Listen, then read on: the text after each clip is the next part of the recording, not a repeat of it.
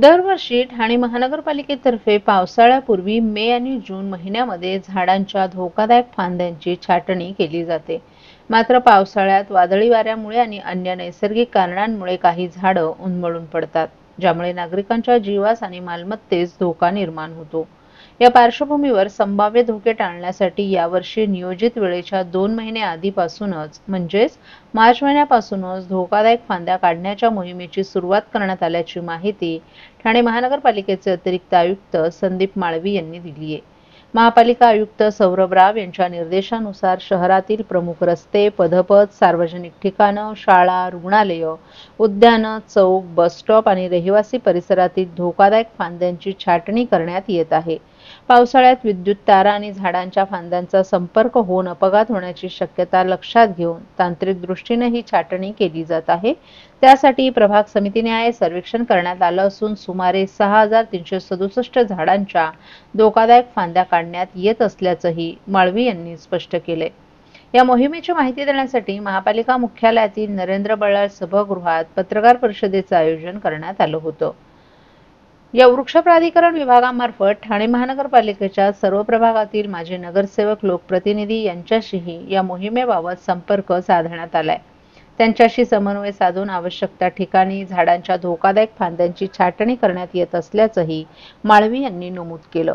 यातून निर्माण होणारा हरित कचरा संकलित करून शास्त्रशुद्ध पद्धतीनं सेंद्रिय खत निर्मितीकरिता ठाणे महानगरपालिकेच्या कोपरी येथील हरित कचरा व्यवस्थापन केंद्राकडे पाठवण्यात येत असल्याचंही त्यांनी नमूद केलं. दरम्यान महापालिकेच्या उद्यान विभागानं धोकादायक सुकलेल्या झाडांचंही सर्वेक्षण केले.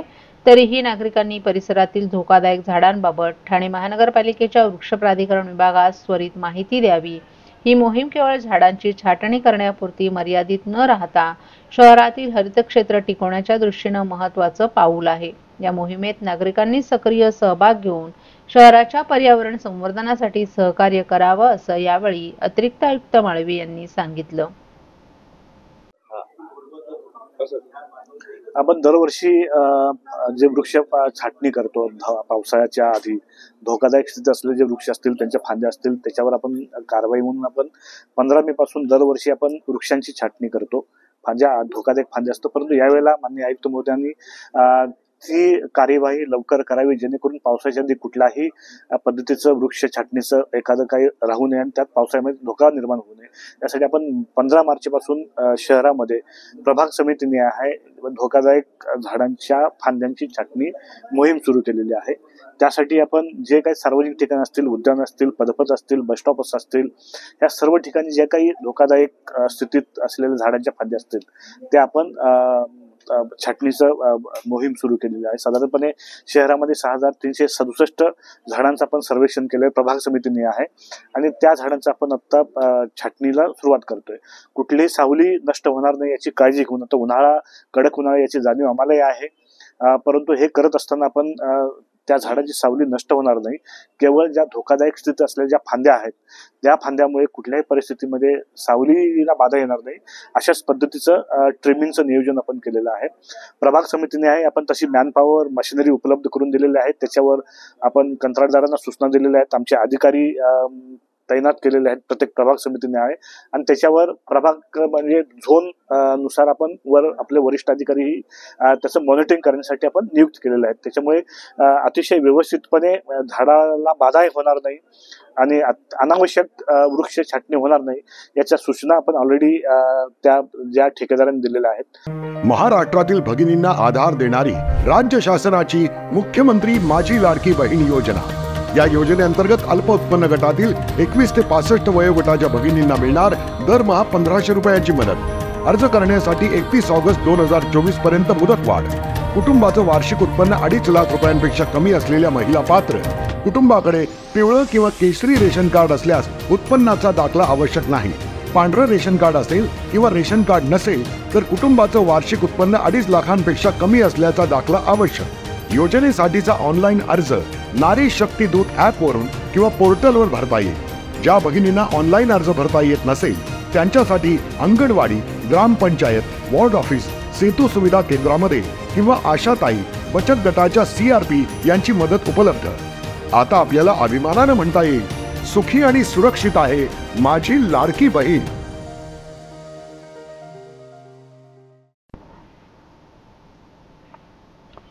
महाराष्ट्राचे उपमुख्यमंत्री शिवसेनेचे मुख्य नेते एकनाथ शिंदे यांच्या नेतृत्वाखाली समस्या, सेवा, समाधान या त्रिसूत्रीवर आधारित जनसंवाद उपक्रम सुरू करण्यात आलाय. शिवसेनेचे माजी महापौर अशोक वैती, विरोधी पक्षनेते मनोज शिंदे यांच्या माध्यमातून जनसामान्यांच्या प्रश्नांचं निराकरण केलं जातं. या उपक्रमाअंतर्गत मंगळवारी आनंद आश्रमात नागरिकांच्या समस्या ऐकण्यासाठी आणि गुरुवारी ठाणे महानगरपालिकेच्या प्रश्नांवर चर्चा करण्यासाठी विशेष बैठकांचं आयोजन केलं जातं. आज झालेल्या जनसंवाद बैठकीत महानगरपालिकेच्या कर्मचाऱ्यांनी विविध महत्त्वाचे मुद्दे मांडले. थकीत वेतन, पाणी बिलाच्या तक्रारी, वारसा हक्कांच्या नोकऱ्या, पदोन्नती, घंटागाडी कामगारांचे वेतन यांसारख्या विषयांवर सखोल चर्चा करण्यात आली. तर यावेळी कर्मचाऱ्यांनी विशेष आभार मानले. महानगरपालिकेतील 34 कर्मचाऱ्यांची कायमस्वरूपीची ऑर्डर अनेक वर्षांपासून मिळाली नव्हती. ही समस्या जनसंवादात मांडण्यात आली. तातडीनं उपमुख्यमंत्री एकनाथ शिंदे यांच्या माध्यमातून ही समस्या सोडवण्यात आली. 34 कर्मचाऱ्यांना कायमस्वरूपीची ऑर्डर देण्यात आली. तसंच सेवानिवृत्त कर्मचाऱ्यांची देणी बाकी होती. ही समस्याही मांडण्यात आली होती. यावर तातडीनं तोडगा काढण्यात आलाय. तसंच 180 कोटींची देणी देण्यात आली. आज सर्व कर्मचाऱ्यांनी अशोक वैती आणि मनोज शिंदे यांचे विशेष आभार मानले. यावेळी अनिता बिर्जे तसंच अन्य पदाधिकारीही उपस्थित होते. आमचे उपमुख्यमंत्री पक्षप्रमुख एकनाथरावजी शिंदे साहेबांनी या ठिकाणी घेतली आणि त्यांचा बसा पुढे चालू ठेवला. हे होत असताना महाराष्ट्राच्या मुख्यमंत्री बनण्याचा त्यांना लाभ मिळाला. मुख्यमंत्री जरी असले तरी ते कॉमन मॅन सारखे या ठिकाणी वागत होते. आज ते deputy CM dedicated to common man म्हणून ते या ठिकाणी वागत आहेत.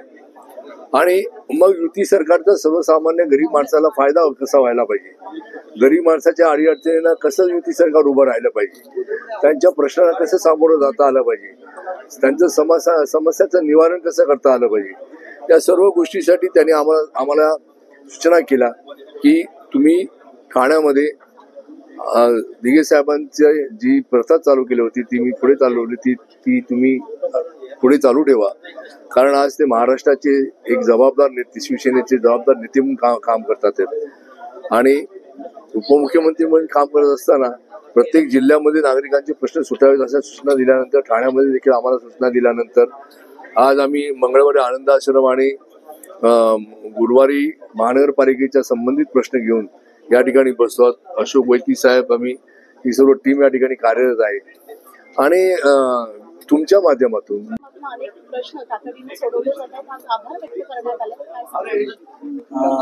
आपण जे आता विचारणा केली खऱ्या अर्थाने बरोबर आहे. या ठिकाणी नागरिक बरेचसे प्रश्न घेऊन येत आहेत.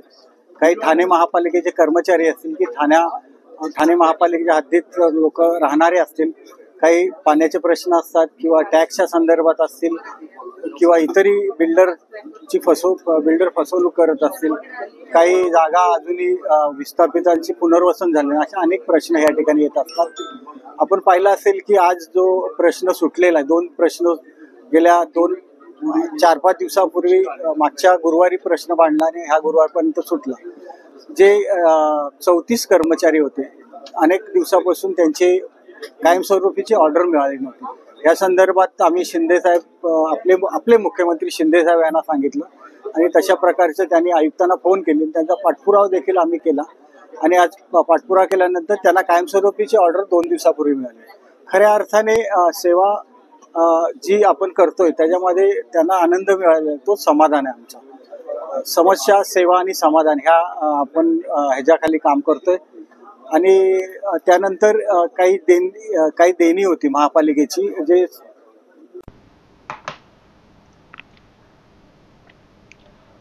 उद्धव ठाकरे हे आधुनिक औरंगजेब आहेत अशा शब्दात खासदार नरेश म्हस्के यांनी उद्धव ठाकरे यांना टोला लगावलाय. बाळासाहेबांना शेवटच्या दिवसात त्यांनी किती त्रास दिला हे सगळ्यांनाच माहीत आहे. राज ठाकरे त्याबाबत अनेकदा बोलले आहेत. औरंगजेबानं सत्तेसाठी आपल्या भावाचा काटा काढला. उद्धव ठाकरे यांनी वेगळं काय केलं असा प्रश्नही म्हस्के यांनी उपस्थित केला. आपल्या सख्ख्या भावांना त्यांनी पद्धतशीरपणे दूर केलं. बाळासाहेबांची वैचारिक संपत्ती त्यांनी सोडली, परंतु इतर प्रॉपर्टीसाठी भावासोबत दावा मांडला. हा दावा कोर्टात गेला. बाळासाहेबांना अखेरच्या दिवसात त्यांनी त्रास दिलाच, परंतु त्यांच्या निधनानंतर शिवसेनेच्या दुश्मनांशी हातमिळवणी करून आताही ते त्यांना यातना देत असल्याचं नरेश म्हस्के यांनी सांगितलं. या आधुनिक जगातले औरंगजेब आहेत. ज्या पद्धतीने औरंगजेबाने आपल्या वडिलांना आणि आपल्या भावांना त्रास दिला, त्याच पद्धतीने उद्धव ठाकरे यांनी शेवटच्या दिवसात बाळासाहेबांना त्रास दिला, हे नेहमी राज ठाकरे यांनी व्यक्त केलेलं आहे. त्यांनी आपल्या वडिलांच्या विचारांची प्रॉपर्टी नाही घेतली, तर त्यांनी आपल्या सख्ख्या भावांना प्रॉपर्टी करता त्रास दिला आणि ते वाद कोर्टापर्यंत गेले. हो, शेवटच्या दिवसांमध्ये त्यांनी बाळासाहेबांच्या विचारांचे जे दुश्मन आहेत